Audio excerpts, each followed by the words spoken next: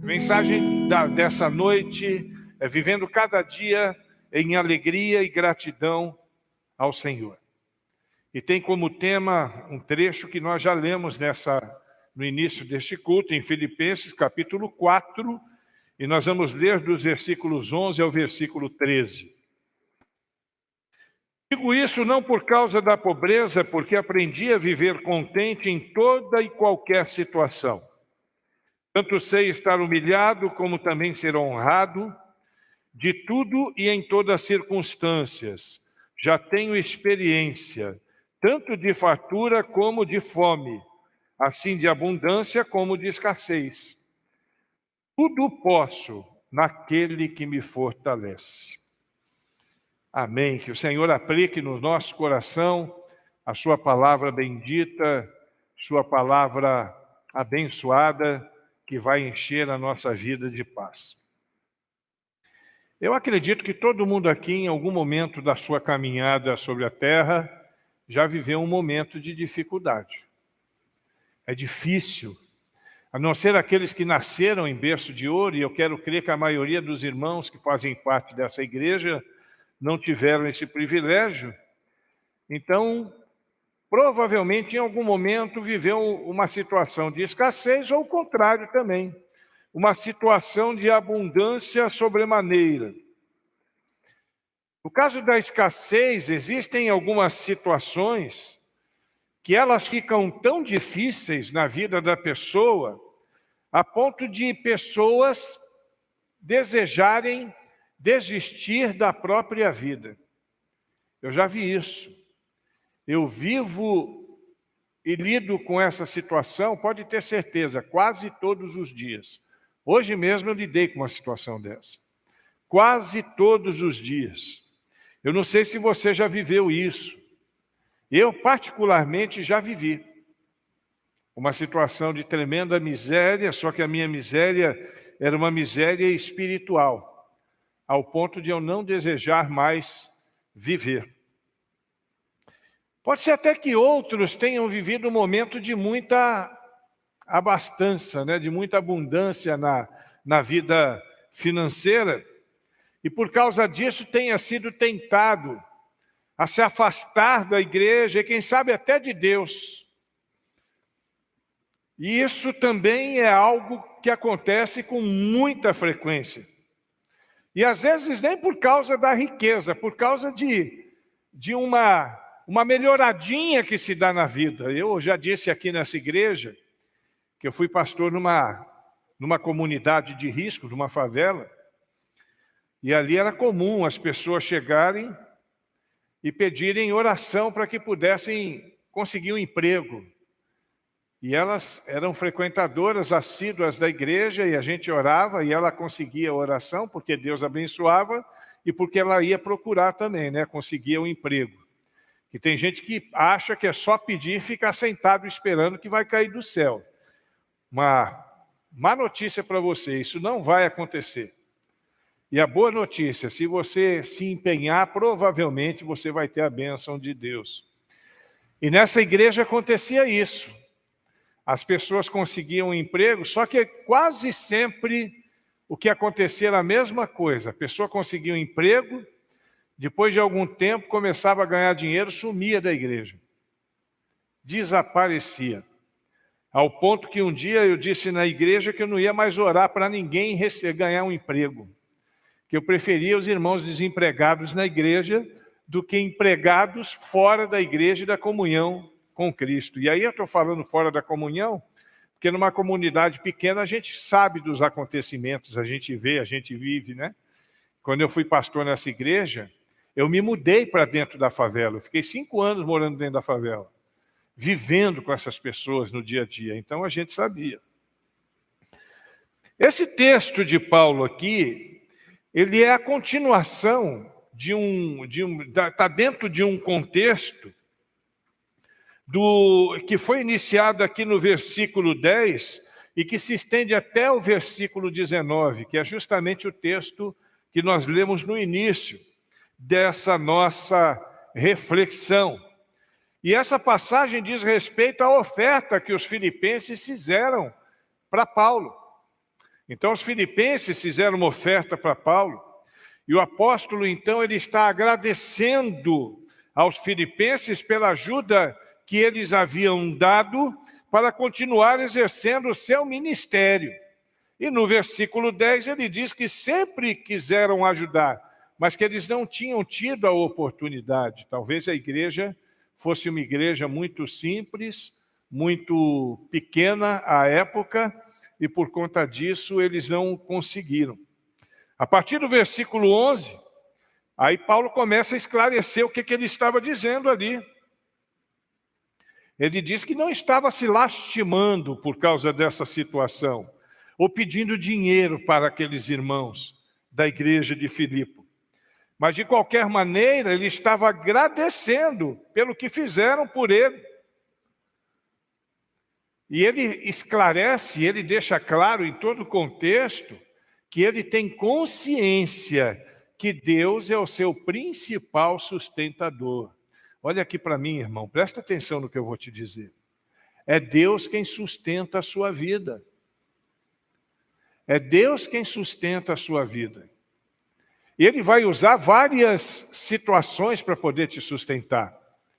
Ele vai te dar um emprego, Ele vai tocar no coração de um irmão para te dar uma oferta, Ele vai fazer com que você seja próspero nos seus negócios, Ele vai fazer com que você seja criativo ao ponto de montar alguma coisa e dar certo.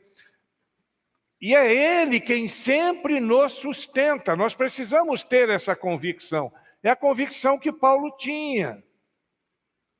Deus é o meu sustentador. E Ele sempre me ajudou, mesmo nos momentos mais difíceis. E agora ele começa aqui no texto a explicar que Deus o treinou para que ele pudesse enfrentar qualquer tipo de situação que estivesse vivendo. Ele poderia enfrentar qualquer tipo de situação. Deus estava preparando ele para isso. É o que Deus faz conosco. Deus nos prepara para vivermos qualquer tipo de situação. E ele aprendeu a ser alegre e ser feliz, tanto na abundância quanto na escassez. E a gente precisa aprender isso também. Ele experimentou uma pobreza. Tem gente que pensa em Paulo, porque ele era advogado, porque ele já fez parte do Sinédrio, porque ele era uma pessoa bem posicionada do ponto de vista social, principalmente antes de conhecer, de se encontrar com Cristo. Imagina Paulo como uma pessoa abastada, cheia de dinheiro, mas ele também foi uma pessoa que viveu situações muito difíceis e delicadas na sua vida. Ele passou por muitas necessidades. Lá em Atos, capítulo 18, versículo 13, a gente vai ver que ele tinha uma profissão. Ele era fabricante de tendas. Só que essa não era uma profissão tão rentável assim, né? Ela não dava tanto dinheiro assim. Mas era a profissão dele, e ele se dedicava, muito embora tivesse uma profissão, o foco dele era o ministério. A profissão era para tirar algum recurso para investir no ministério. Porque o foco de Paulo foi sempre o ministério. E o ministério não trouxe tantos ganhos para ele, não trazia. Ali a igreja estava começando, a igreja não era uma instituição organizada, ali não tinha salário de pastor, ali não tinha oferta assim sistematizada, mas tinha ofertas de amor que se levantavam em algumas igrejas. Alguns irmãos que tinham um pouco mais percebiam a situação de necessidade e compartilhavam para que aquelas necessidades fossem atendidas. E por conta disso, Paulo ele não tinha tanto dinheiro assim. Ele viveu momentos de muita dificuldade. Além disso, ele vivia momentos difíceis de perseguição, de prisão. Inclusive, quando ele escreve essa carta, ele está preso. Ele vivia momentos de dificuldade. Em alguns momentos, ele teve que fugir de cidades e fugir correndo, para que ele não fosse morto. E vivendo em muitas aflições, a situação era extremamente delicada para ele. Quando você olha na Bíblia, você vai encontrar em mais de um lugar, Paulo esclarecendo essas aflições que ele vivia. Por exemplo, em primeira carta de Paulo aos Coríntios, ali no capítulo 4, no versículo 7 a 13, nós vemos uma situação dessas. Pois quem é que te faz sobressair? E que tens tu que não tenhas recebido? E se o recebestes, por que te vanglorias, como se não tiveras recebido? Já estás farto, já estás rico, chegastes a reinar sem nós. Sim, tomara reinasseis para que também nós viéssemos a reinar convosco. Porque a mim me parece que Deus nos pôs a nós, os apóstolos, em último lugar, como se fôssemos condenados à morte, porque nos tornamos espetáculo para o mundo, tanto a anjos quanto a homens. Nós somos loucos por causa de Cristo, e vós, sábios em Cristo, nós fracos e vós fortes, vós nobres e nós desprezíveis. Até a presente hora, sofremos fome, sofremos sede, nudez, e somos esbofeteados, e não temos sequer uma morada certa. E nos afadigamos trabalhando com as nossas próprias mãos. Quando somos injuriados, bendizemos; quando perseguidos, suportamos; quando caluniados, procuramos conciliação. Até agora temos chegado a ser considerados lixo do mundo, escória de todo mundo. Olha que coisa, que situação que Paulo, o grande Paulo, vivia. Uma situação complexa. Uma situação onde ele se via como lixo do mundo, ou escória de todos. A escória quer dizer o restolho, o resto de todo mundo. Em outras palavras, Paulo, ele demonstra que ele carregava a morte de Jesus em seu corpo, bem como todas as pessoas que acompanhavam e que viviam com ele. Passavam por momentos complexos, por momentos de dificuldade, sofrendo extremamente. Em 2 Coríntios, capítulo 6, versículos 4 e 5, nós lemos: pelo contrário, em tudo recomendando-vos a nós mesmos como ministros de Deus, na muita paciência, nas aflições, nas privações, nas angústias, nos açoites, nas prisões, nos tumultos, nos trabalhos, nas vigílias e nos jejuns. Paulo foi um grande sofredor. E nem por causa disso ele deixou de se alegrar. Nem por causa disso ele deixou de viver alegremente no Senhor em cada dia. Ali no texto de 2 Coríntios, no capítulo 11, ele diz assim: em trabalhos, em fadigas, em vigílias, muitas vezes com fome, com sede, em jejum, com frio e nu, além de coisas exteriores, ao que pesa sobre mim diariamente a preocupação com todas as igrejas. Quem enfraquece, que também eu não enfraqueça. Quem se escandaliza, que eu também não me inflame. Se tenho a gloriar-me, gloriar-me-ei no que diz respeito à minha fraqueza.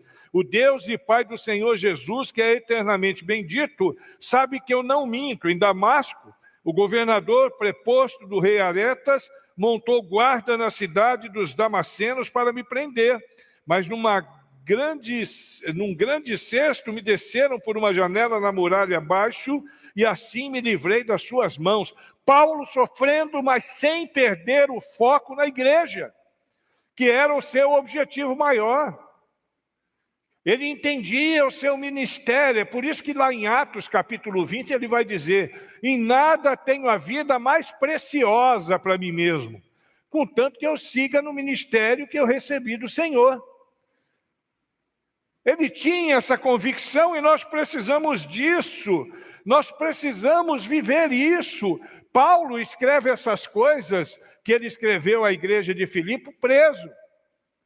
Você não sabe o que é prisão, irmãos. Você não faz ideia do que é prisão. E ainda mais naquele tempo, na tal da prisão exterior, que era prisão embaixo da terra, amarrado em toco, acorrentado com pés e mãos e pescoço, às vezes, em tocos. E Paulo não enfraquecia. Ele podia suportar.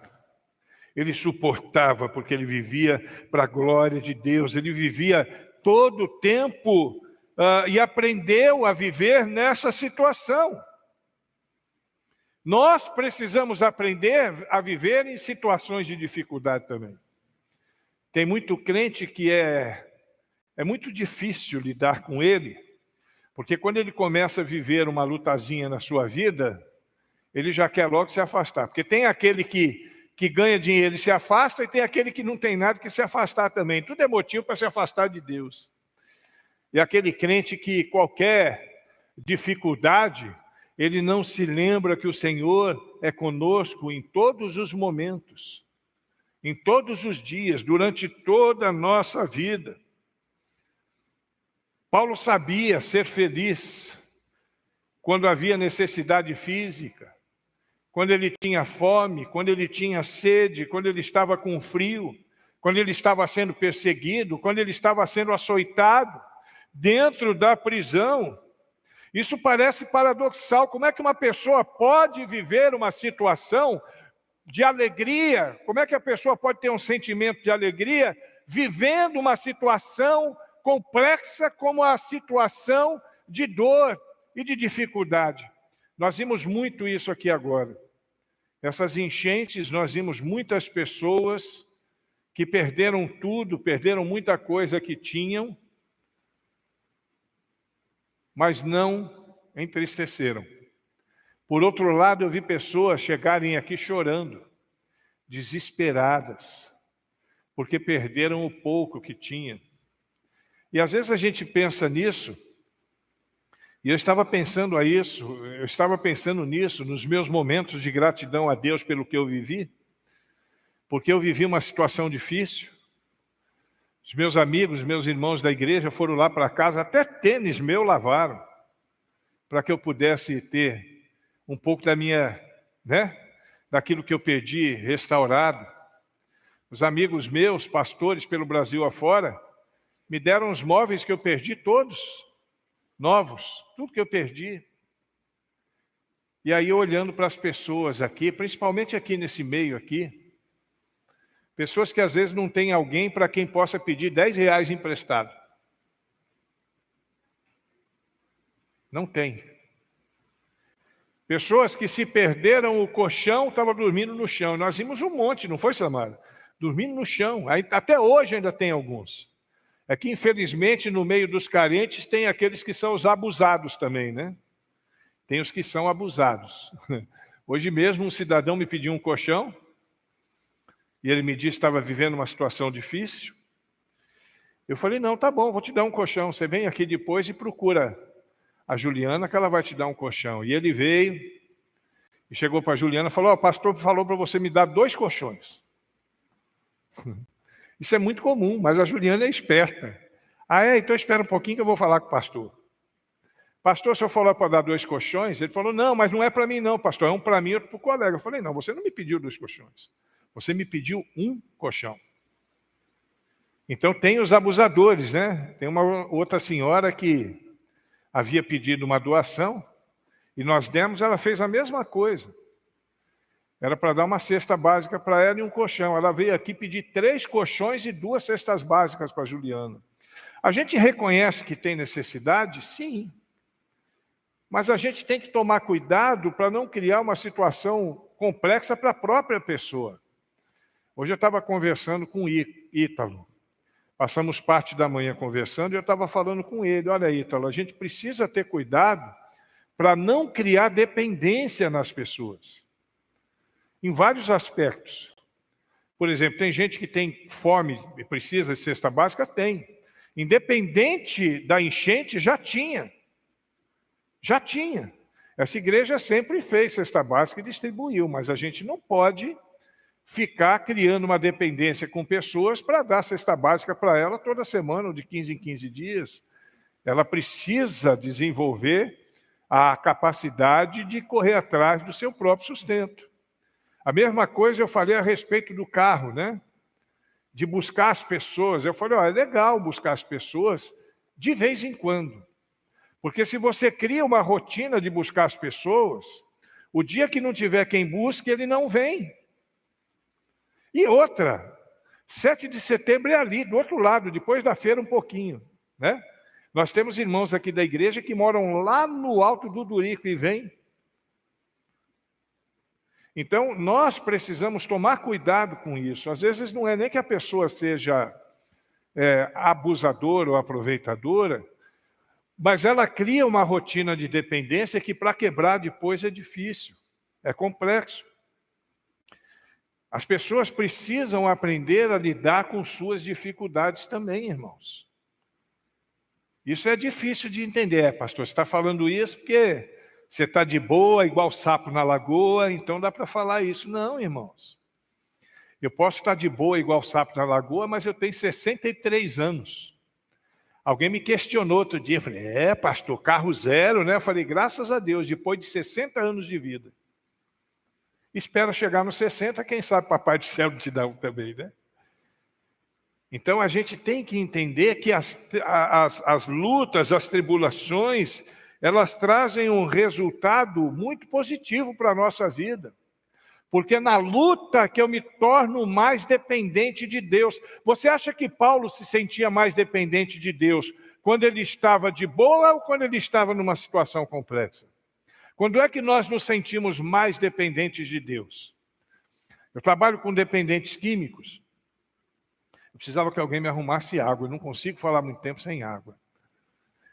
Eu trabalhava com dependentes químicos. Eu trabalho, né? E às vezes um pai, uma mãe chega em mim e diz assim, pastor, eu preciso que o senhor me ajude. Meu filho está no fundo do poço.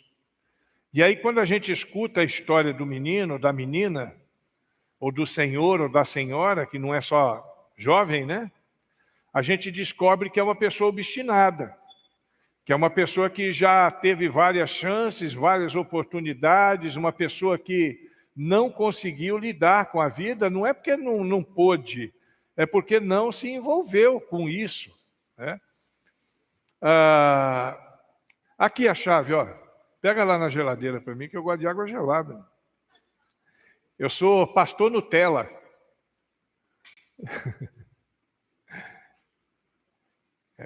Então, a gente precisa prestar atenção. Agora, eu saí daqui e agora eu tenho que voltar, né? Qual foi a última coisa que eu falei? Ninguém lembra? Hã? Isso. Aí essa pessoa obstinada, eu sempre digo para a mãe o seguinte, o melhor lugar para uma pessoa obstinada estar é no fundo do poço. É duro ouvir isso, né, irmã Glória? Você tem uma pessoa que você ama, que é alcoólatra, que é alcoolista ou que é dependente químico, e alguém fala para você que ele tem que ir para o fundo do poço. Mas você sabe por que a gente diz isso? Porque quando a pessoa está no fundo do poço, ela vai olhar para a esquerda, vai olhar para a direita, vai olhar para frente, vai olhar para trás e não vai ver nada, só paredão. Só tem uma direção que ela pode olhar para ver alguma luz. Para onde é? Para o alto. Então, isso a torna dependente do alto. E aí a analogia, né? Dependente de Cristo. Então, nós precisamos aprender a fazer isso. Nós precisamos entender que situações de dificuldade, de debilidade que nós vivemos, muitas vezes são provas. São provas que nós estamos vivendo. Para que nós possamos, obrigado, para que a gente possa viver situações que façam com que a nossa fé aumente.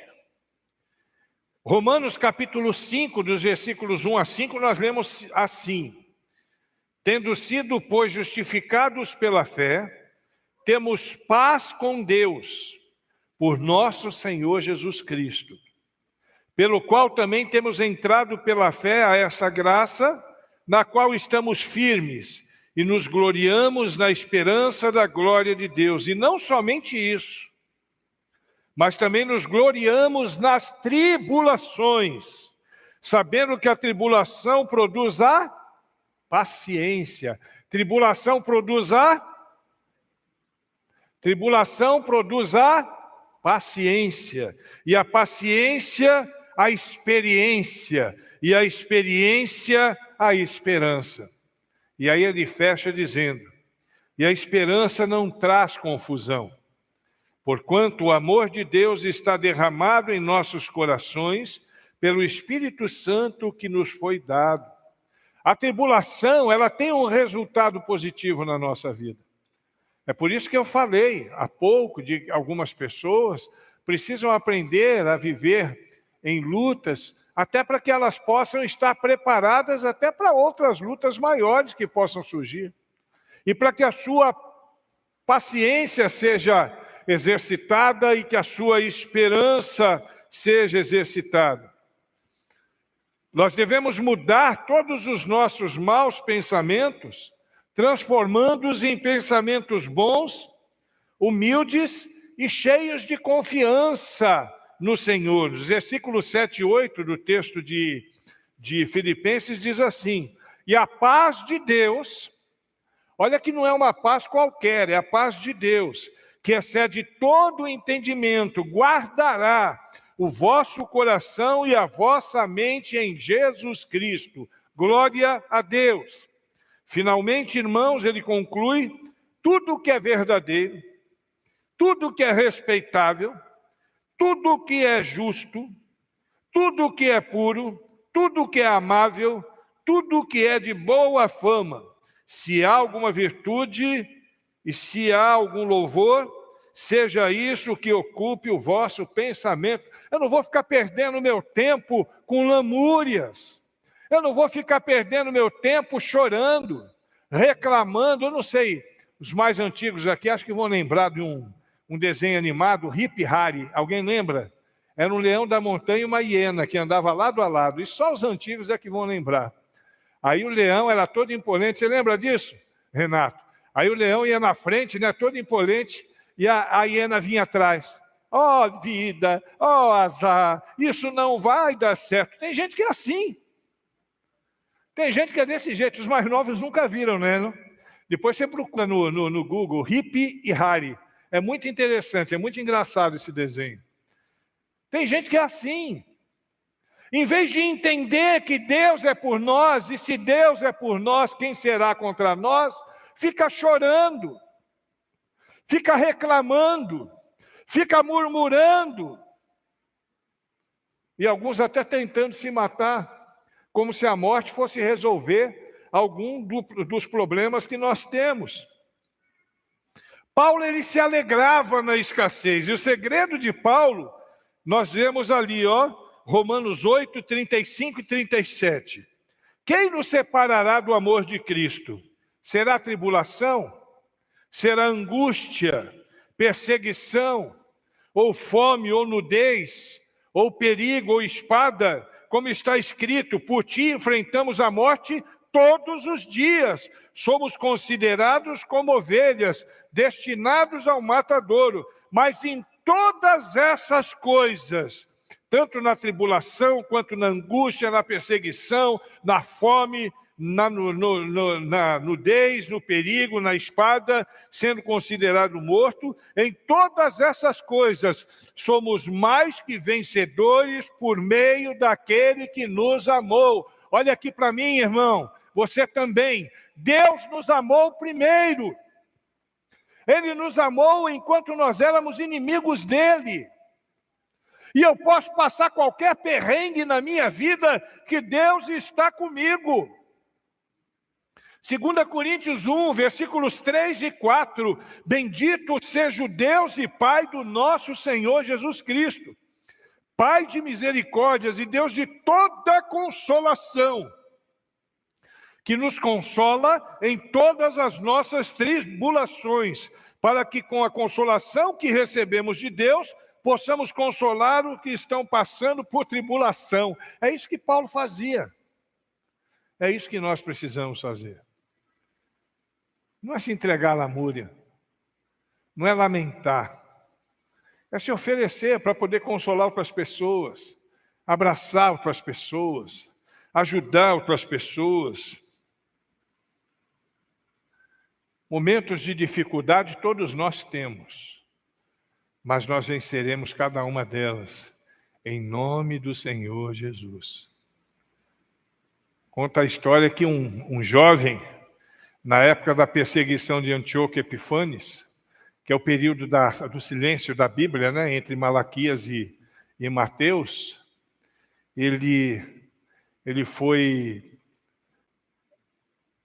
afrontado pelo Antíoco e seus liderados, para que ele pudesse negar o nome de Cristo, o nome de Deus. E ele dizia, não, eu não vou negar o nome de Deus. Deus é o meu Deus em qualquer circunstância. E Antíoco falou, se você não negar o nome de Deus, eu vou te cortar em pedacinhos. E ele disse, se você me cortar em pedacinho, cada pedacinho meu estará louvando e exaltando o nome do meu Deus. É assim que temos que viver. É assim que precisamos viver.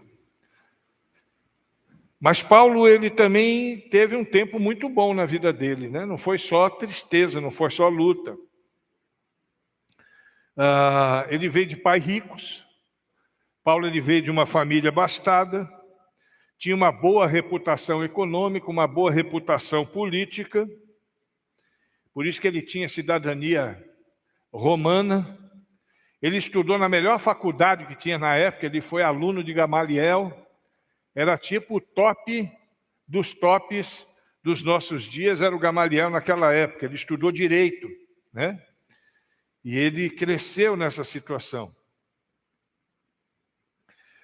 Mas nas palavras de Paulo, houve um momento em sua fé que ele também viveu dentro dessa abundância, e ele também aprendeu a viver nessa abundância. Ele não deixou que isso enchesse os seus olhos, ele não deixou que isso enchesse o seu coração, e ele sabia lidar com muito. Tem gente que não sabe lidar com pouco, mas tem gente que não sabe lidar com muito.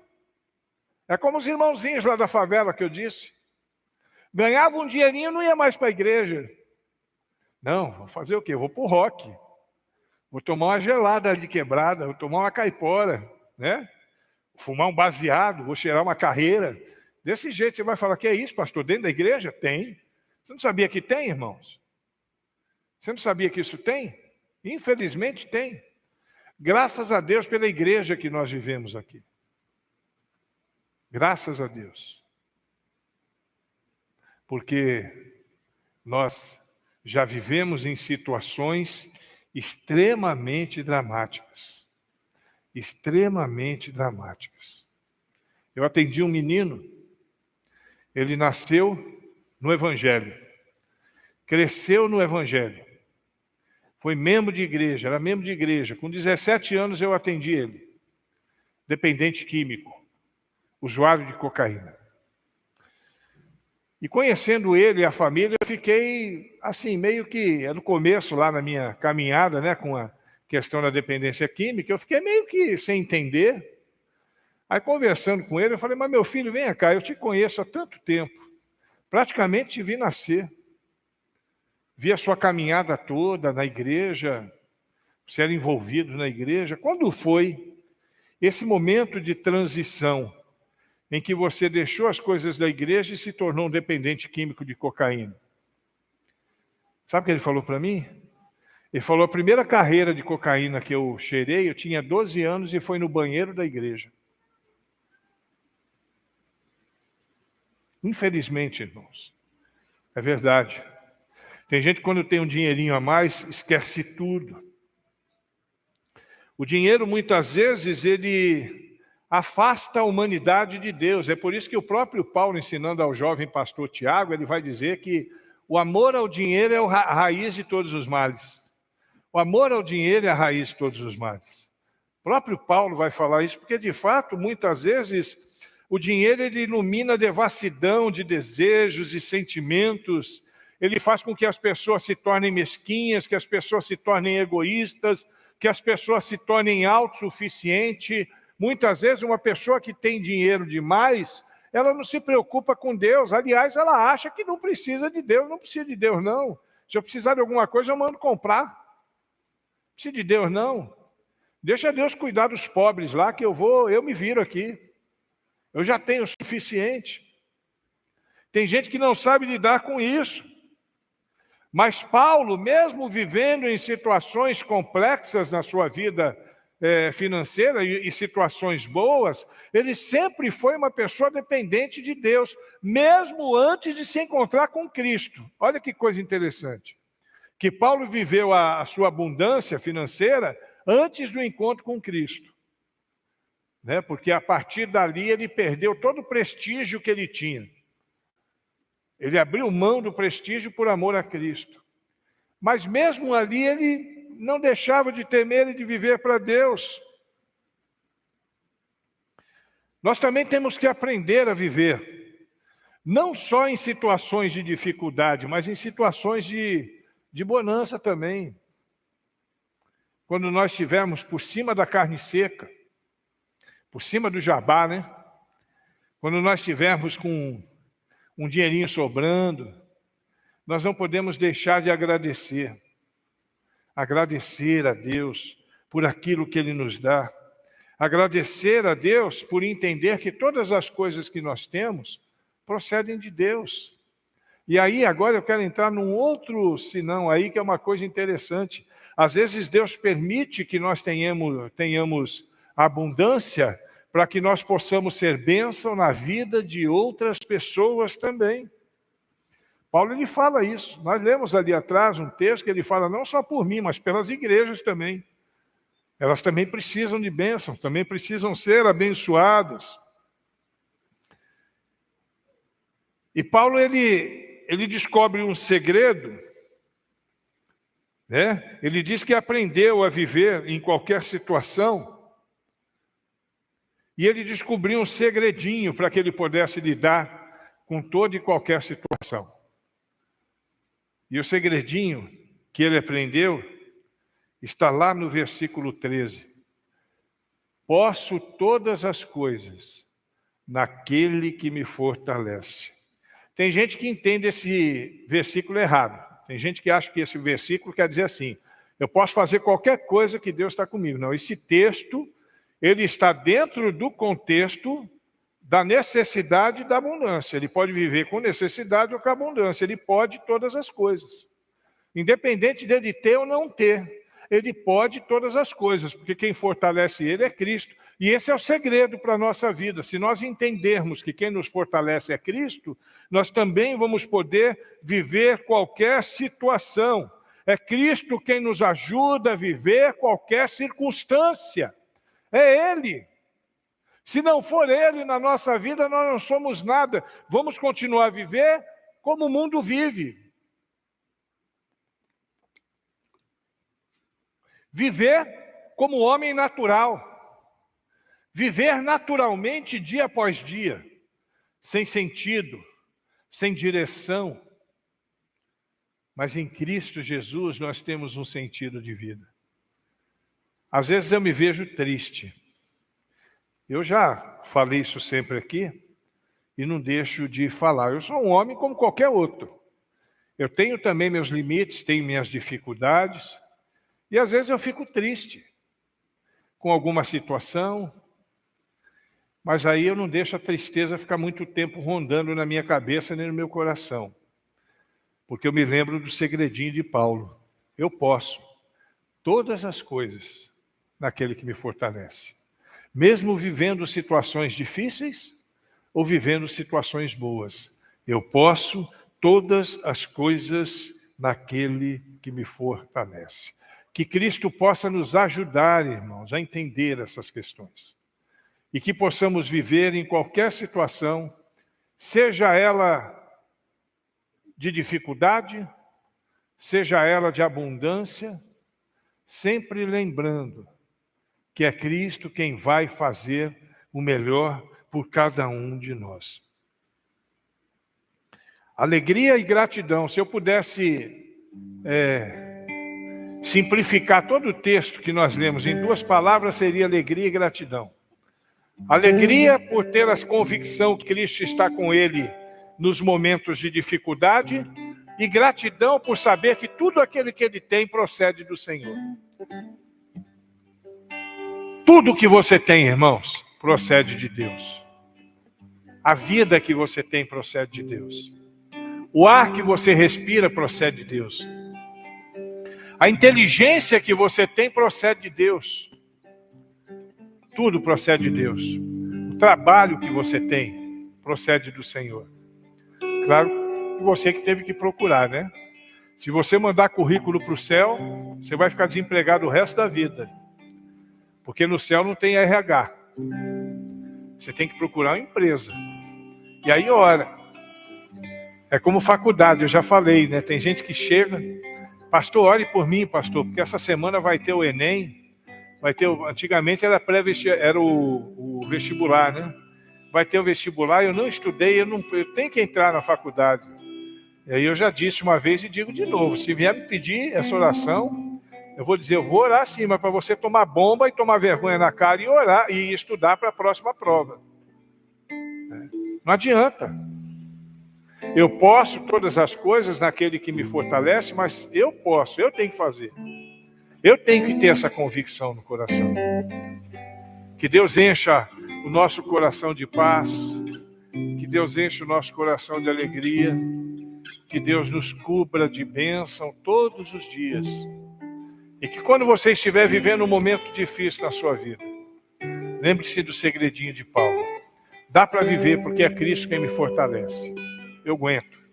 Cristo quem me fortalece. Hoje pode estar difícil, mas amanhã as coisas vão melhorar. Olha para a escuridão da noite e não se assusta, porque pela manhã o sol volta a brilhar. E se o sol não brilhar nesse mundo, por algum incidente qualquer, com toda certeza a luz de Cristo estará sobre a sua vida. E permanecerá de sempre. Feche os seus olhos agora, nós vamos orar.